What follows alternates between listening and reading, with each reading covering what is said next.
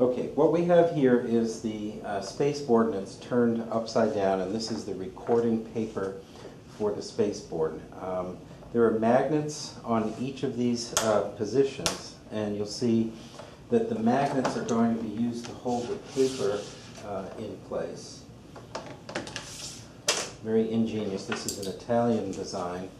So we take a paper off the pad, and the way he designed this, you'll notice that there are squares on here, and the squares correspond to the positions of each of the holes.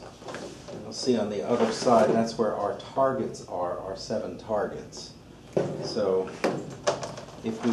the way he's made this is if you place paper, and actually, so this is the right visual space. Yes, it's from this side it's the left, but it's everything flips upside down.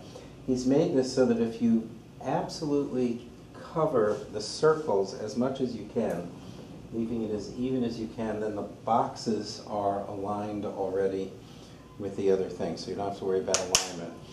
And in the early design phase of these, this was one of the difficult things, was to figure out how to make the paper actually stay on. These are for the shoulder, and I think now we'll move to actually doing a recording.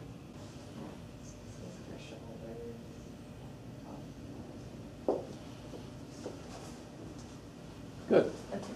So I want you first to look at the red, the furthest red, look, and then come up and touch right where you think it is. And a nice, gentle, light touch.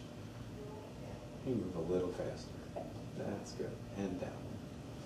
Now I want you to look at this one right here. The front? Yeah, the front one.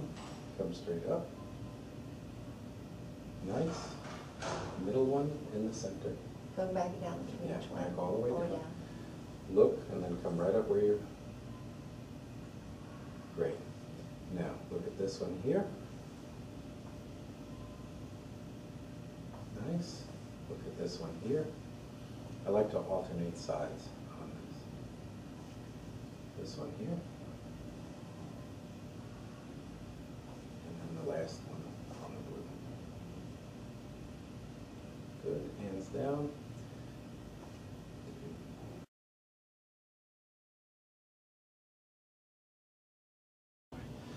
Okay, so look right here. Come up. Very nice. Now look at the one, close one in the center. Beautiful. Very nice. Now the middle one in the center. Excellent. Let's go this one over here. Very nice. This one over here.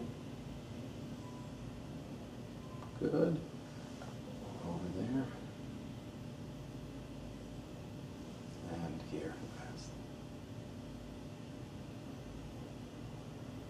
And rest.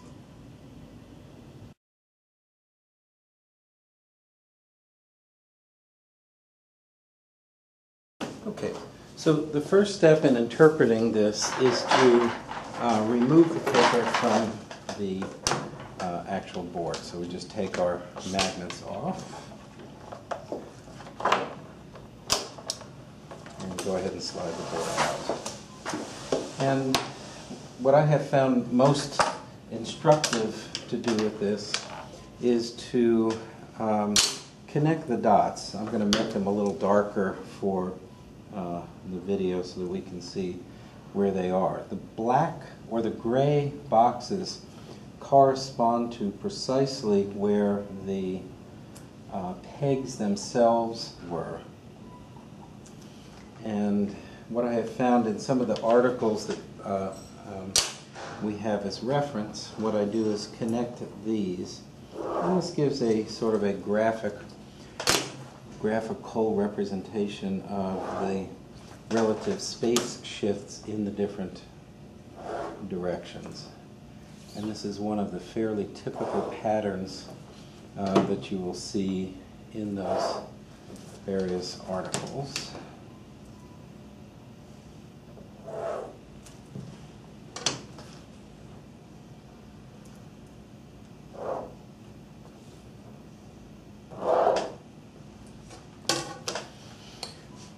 So we can see that along the midline, the first point, the point that's closest to her, is almost spot on, but then the other ones along the straight ahead are shifted to her right. This is from her side here. It looks like the left, but this is from the underside. So straight ahead, as we go further away, isn't quite so straight ahead. We also see that in general, the space interpretation is wider than the actual physical space. But this isn't one of the typical patterns we would look at in terms of yoke prism discussions or that type of thing. Generally, if 6 out of 7 or 7 out of 7 are shifted in one direction, either all in, all out, all right, or all left, a yoke prism, usually we probe with 5 diopter base right, left, up, or down, will shift those. You can get one that looks like it's compensatory, shifting them so that they're now more accurate, and you can get one that amplifies the problems.